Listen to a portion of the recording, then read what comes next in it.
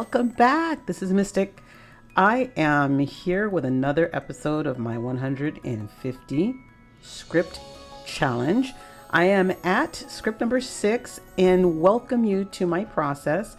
For those of you who follow me, know that I am a writer. I write screenplays and I write novels, and I use reading as part of a tool to develop my own skills and technique. And I believe every creative is evolving and learning until the day they leave the earth. So don't be afraid to admit that you get something new out of something you've read and some of the work that you've done to better yourself.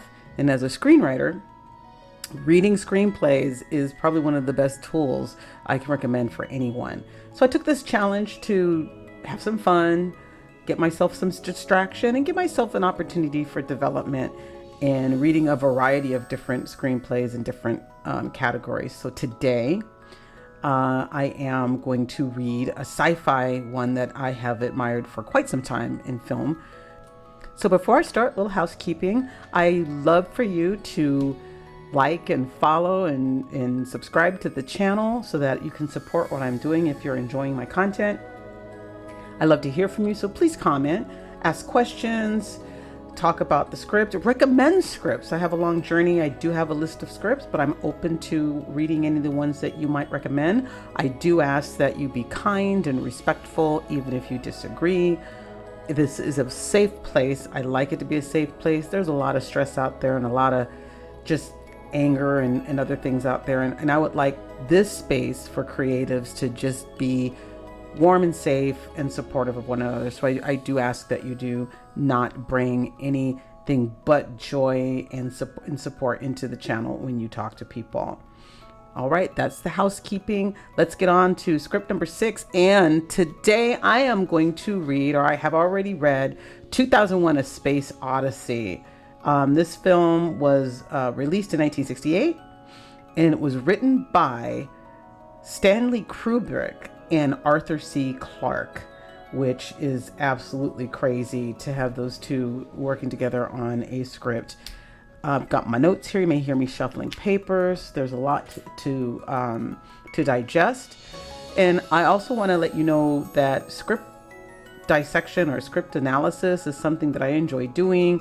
I will list some resources if this is something that you would like to do. I do have a video at the start of the playlist that kind of runs through my process with my markers and my sticky notes. And I do have a script analysis workshop coming up here. If you're interested, stay tuned for that. Otherwise, as they say, let's get to it. So, like I said, this is number 6 right now.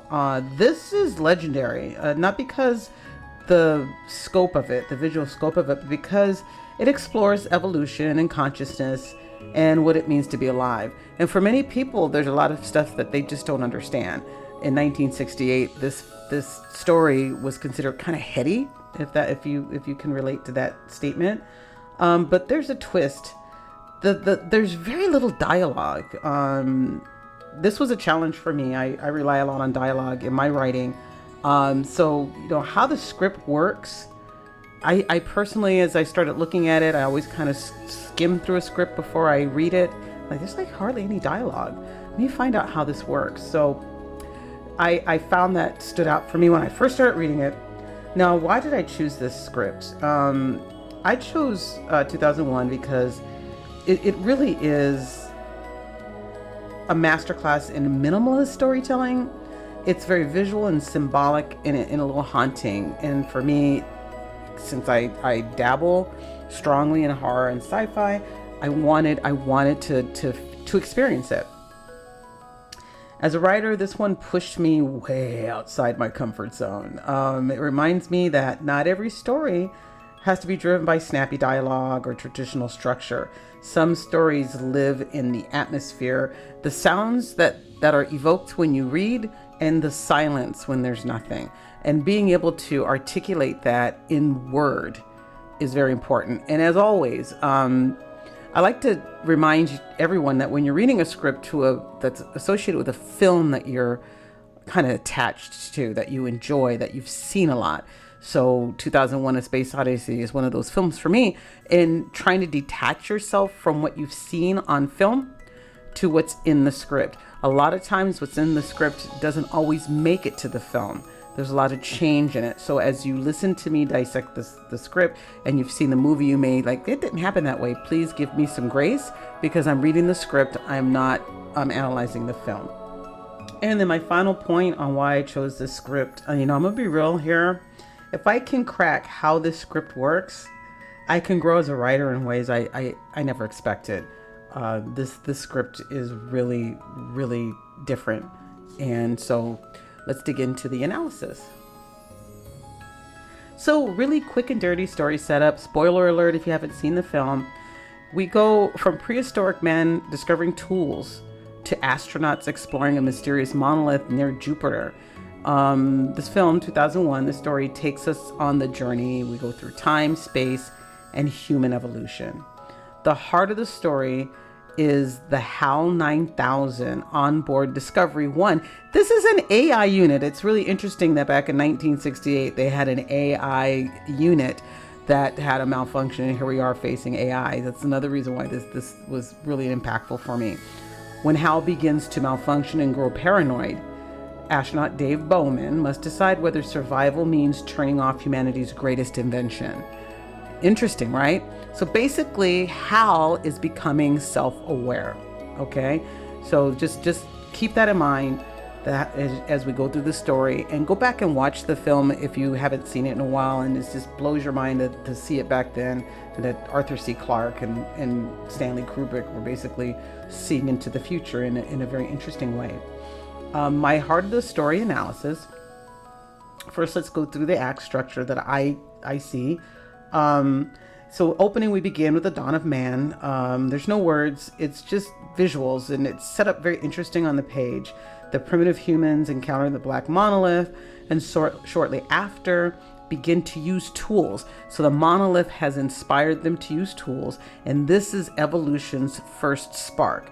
So in the script, that's the intent, is that the monolith arrives, the origin of man. So it's not man, it's man in early form. So kind of more ape-like,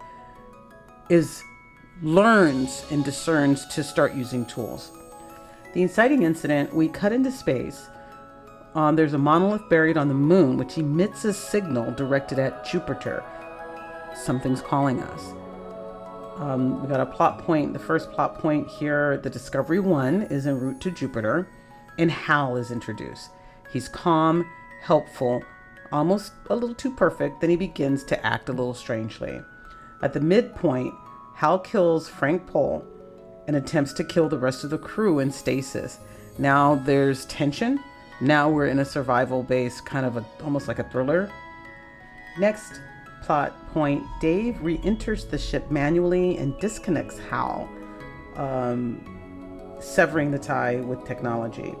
We go to the climax where Dave reaches the monolith near Jupiter and is pulled into a Stargate. In the resolution, after going through the Stargate, Dave is transformed into a star child, which is the beginning of the new evolution, the evolution of man being the next being. That's what the monolith was there to initiate. And he floats above the earth and goes on from there. Now, the protagonist arc, Dave wants to complete the mission and survive the journey. Pretty simple. And obstacles, he has internal obstacles. He's rational, calm, and unprepared for betrayal by a machine he trusted. It was not something he was prepared for. His transformation from logical astronaut to transcendental being, Dave becomes more than human. The heartbeat connection, I believe the tension isn't just between man and machine. It's between what we are and what we're becoming. And you got to look at the time that the story was being told, when technology was just tapping into the technical age. 1968, we weren't even at, home computers yet. Then there's the breakdown of Hal and how it kind of it mirrors Dave's own kind of internal instability as he's wrestling through the process. So that was all very interesting for me. The antagonist and conflict. The primary antagonist in the story is the HAL 9000. It's not evil, just logical and beyond morality. The conflict, human intuition versus artificial logic. HAL represents the danger of intellect without empathy. And then the mirror, HAL is our creation. HAL is man's creation. Smarter than us, but not wiser. It doesn't have wisdom. It has smart. So the downfall reflects the fear of creating something that presses, something that kind of rejects us. What do we do when we create something that rejects us, that's more powerful than we are? How do we control it? And I always like to take every story that I dive into and apply the hero's journey to it. It's just my favorite trope in storytelling. So in looking at how the hero's journey can be applied to this story, the call to adventure would be the monolith signal from Jupiter, which initiates the action. And the refusal, there's no traditional refusal. It's not about a refusal, because once it's set, the mission is set, the crew blindly follows protocol. They don't have an opportunity to say, no, I'm not going to do this, because they are subject to the command of the organization that they work for. Now, the mentor, ironically, Hal is actually kind of the mentor at the start and through the story until things go wrong. And it's not the only time a mentor is a betrayer. It's kind of interesting to have the mentor be a betrayer. Hal guides, he monitors the mission until he becomes the obstacle. So that's actually very interesting. I like that. I'm kind of dark as a writer, so I kind of like that. The trials that in the hero journey, the ship's malfunction, the loss of crew, the isolation in deep space, that got me. It got me more reading than it did even watching the film. Just think about it. It's worse than being out in the ocean and something goes wrong with the ship. You're out in the middle of deep space, something goes wrong. It's just you and whatever is going on out in deep space. It was really clear that was a deep obstacle in the script. And then return is when he becomes the star child and just kind of floating above Earth is humanity's next chapter, just watching us and waiting for us to join. So the primary themes that I found, evolution and the unknown, the limits of human control, the dangers of technological dependency, consciousness, whether human or artificial. They played with that. Some of the key emotional beats that I found, the silence, the absolute eerie silence of space, sat next to the grandeur, of Strauss in the film. And it was intimated and it was noted in the script as well. It's just a powerful imagery that you're able to pull off the page by the way that it was written. The calmness in communication, there was very little dialogue, but the dialogue of Hal was just occurred very calm. And it is one of the tropes of sci-fi, I'm sorry, Dave, we remember that. When you read it, it's almost more eerie because it's just your imagination reading through it. So it's really good. The slow disconnection of Hal, feeling like Hal is dying as he's being disconnected, that got me.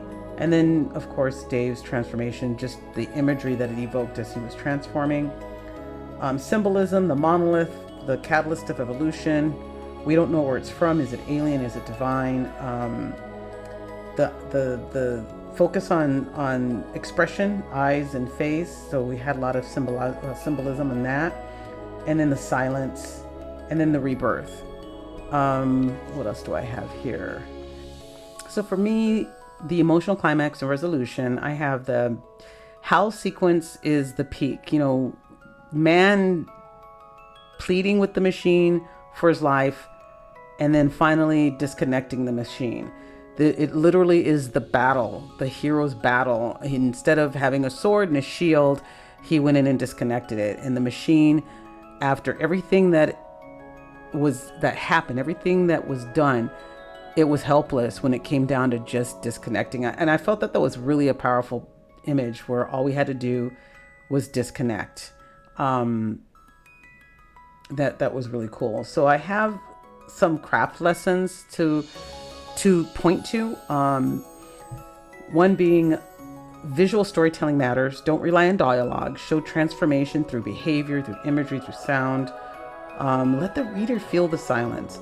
This script uses space, both literal and figuratively. It demands presence. It makes you see in your mind the vastness as you're going through the journey, which was really cool.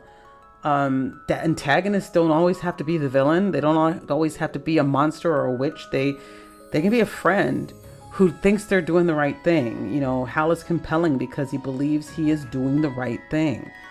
And then end with mystery. You don't always have to explain everything. Sometimes awe and questions is enough when you're ending your story. And then my personal reflection. This script challenged me more than most. It reminded me that not every story has a fit or a mold. As a writer, I'm tempted to fill in space with words. I'm tempted to see, okay, there's this space that has nothing in it. Let's put some stuff in here, make stuff happen. Dialogue, action, something. But this script, 2001, reminds me that silence can be more. And so the heartbeat of this film for me is about humanity's evolution, from physical survival to intellectual awakening and spiritual transcendence. Bowman's journey from a mere astronaut to a cosmic being, a star child, it reflects the emotional core, the quest for meaning in a universe that's both awe-inspiring and terrifying at the same time. I always point to, when you're looking at a film, when you're reading a script, always look at the time that it was written, because it really is a time capsule to the period that you're attached to. You're touching time. And I know that sounds kind of creepy, but you are actually doing a little time traveling. So you read a script from 1968 and think about where we are. Timothy Leary, the Beatles, a transcendental meditation. There's a lot of stuff that's questioning who we are as man. Where are we going? How are we evolving? Civil distress, all kinds of things are going on. And they wrote a sci-fi story that captured that. And for me, that was very interesting. It's beautiful. 2001: A Space Odyssey is more than just a film. It's a meditation. It's a meditation on technology, evolution, and the unknown. It challenges us to look beyond our understanding. It challenges us to contemplate existence itself. If you haven't seen it yet, please do yourself a favor. For some people, it's a lot. And I am a sci-fi nerd, so I have always appreciated 2001: A Space Odyssey, but I can tell you right now, I appreciate it more because I read the script. So if you would like to read this and give me your thoughts, it is a deep script. I could spend 2 hours talking about this script. I try to do this in under 20 minutes, so that's all we're going to do for now.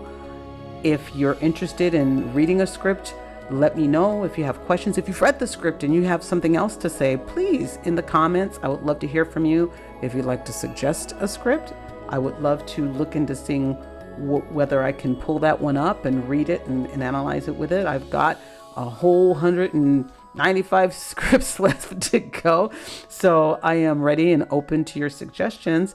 Again, if you wouldn't mind liking this video, subscribing to my channel, and giving us a comment just to say hello, I would appreciate it. Thank you for coming by. Go watch 2001: A Space Odyssey.